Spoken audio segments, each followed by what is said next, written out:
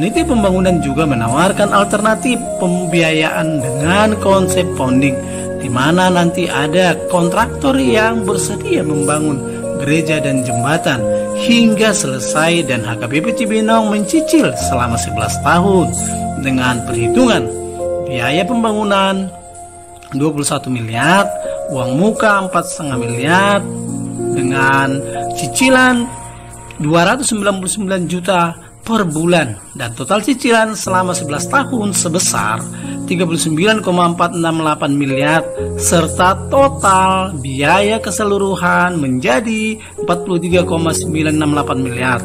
Dan konsep founding ini tidak direspon Amang Uluan akhirnya.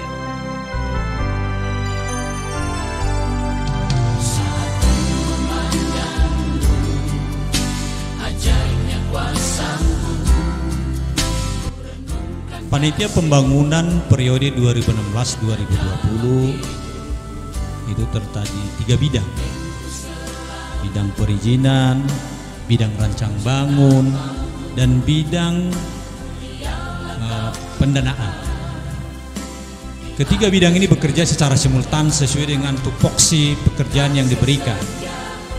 Bidang perizinan menjalankan izin, mengurus izin, mulai dari tingkat masyarakat, RT, RW, Lurah, FKUB, MUI, PGIS, FKUB, sama Kemenak, sampai kepada dinas-dinas, dan semua itu ada tingkatannya sampai 20, dan juga dari jemaat sendiri 110 orang. Rancang bangun setelah disetujui bentuk gereja, rancang bangun mendetailkan, membuat gambar desain, membuat RAB, engineering estimate, nanti akan dibawa ke rapat yang orang ahli, membuat OE, dan juga membuat APS. Itu sesuai standar-standar yang ada di Kabupaten Bogor, dan itu semua dipertanggungjawabkan. Nah, untuk membangun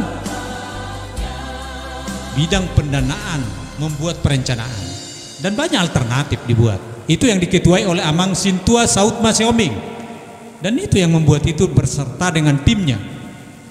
Salah satu, apakah itu misalnya dengan iuran pembangunan, apakah itu nanti dibangun dengan swakelola atau dengan tender, ataupun funding, mengundang yang punya dana. Itu hanya alternatif-alternatif yang dibikin mereka. Mereka dengan sekarang pengikut pendeta Gideon Saragi selalu membicarakan hal-hal yang sebenarnya mereka tidak tahu. Masalah funding, tidak ada yang diharuskan itu harus pandering. Itu hanya cara-cara pembangunan ini dilaksanakan. Karena kebetulan biaya gereja ini sudah di atas 10 M.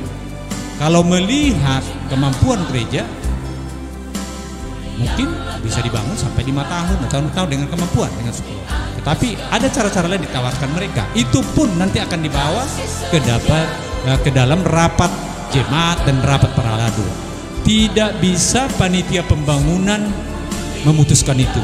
Jadi kalau dibilang panitia pembangunan memutuskan itu suatu hal hoax.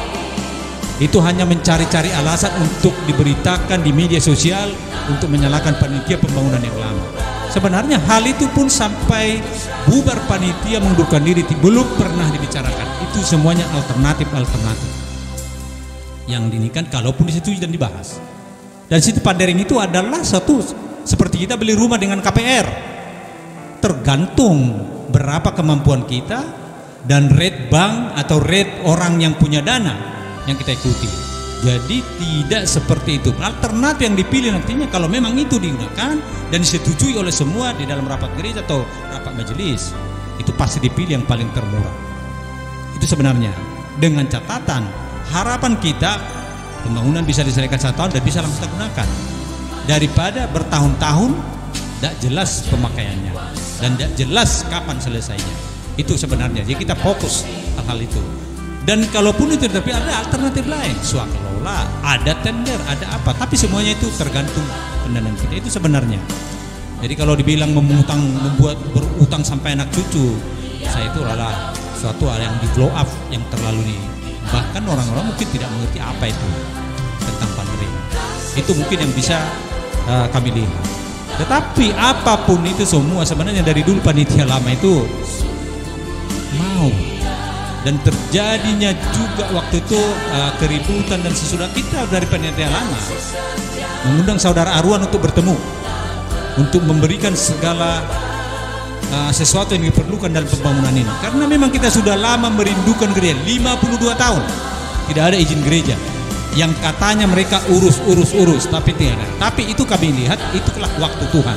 Kami tidak pernah membanggakan itu bahwa kami yang mengurus IMB itu, tapi itulah waktu Tuhan. Setelah 52 tahun AKBP Cibinong mendapat IMB, tetapi setelah dapat IMB diributkanlah masalah biaya, masalah ini.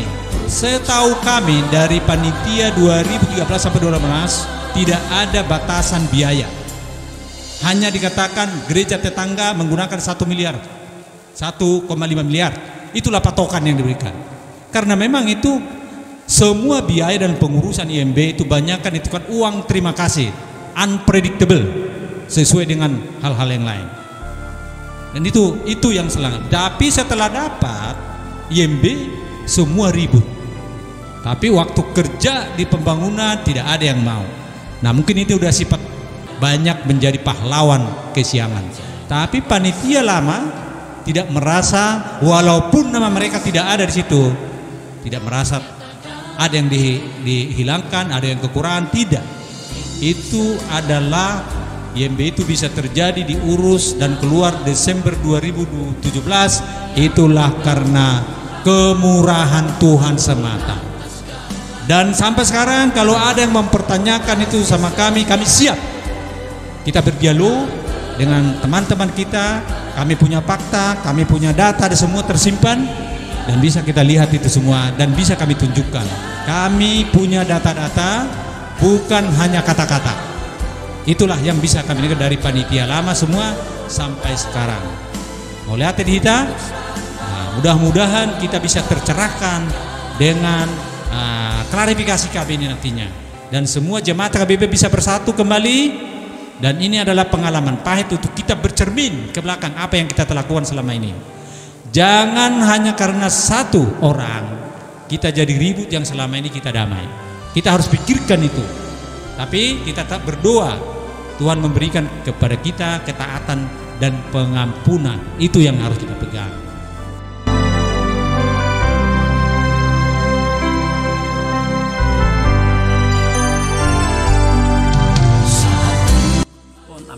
Akhirnya Pendeta Gideon Saragi dan beberapa jemaat meminta Amang R. Arwan dan 2 perwakilan jemaat lainnya untuk mengevaluasi harga RAB sebagai pembanding bagi jemaat. Hasil evaluasi harga satuan oleh Amang R. Arwan dengan volume yang sama di RAB panitia pembangunan adalah 12,146 miliar. Hasil evaluasi ini disampaikan kepada Amang Uluan dan menjelaskan RAB yang ditawarkan oleh PT HBP sangat tidak layak karena banyak celah yang bisa dimanipulasi. Sebagai contoh, AC, genset, kabel, lampu, CCTV dan seluruh barang yang terkait dengan mechanical elektrikal senilai 3,9 miliar tidak memiliki merek atau tipe yang spesifik. Tibalah detik-detik terakhir yang menegangkan, di mana kedua evaluator yang melakukan evaluasi harga RAB 20,88 miliar ini tidak hadir dan hanya menitipkan hasil presentasinya berupa flash disk dan hard copy pada rapat Huria 27 April 2018 yang dipimpin oleh Pendeta Gideon Saragi.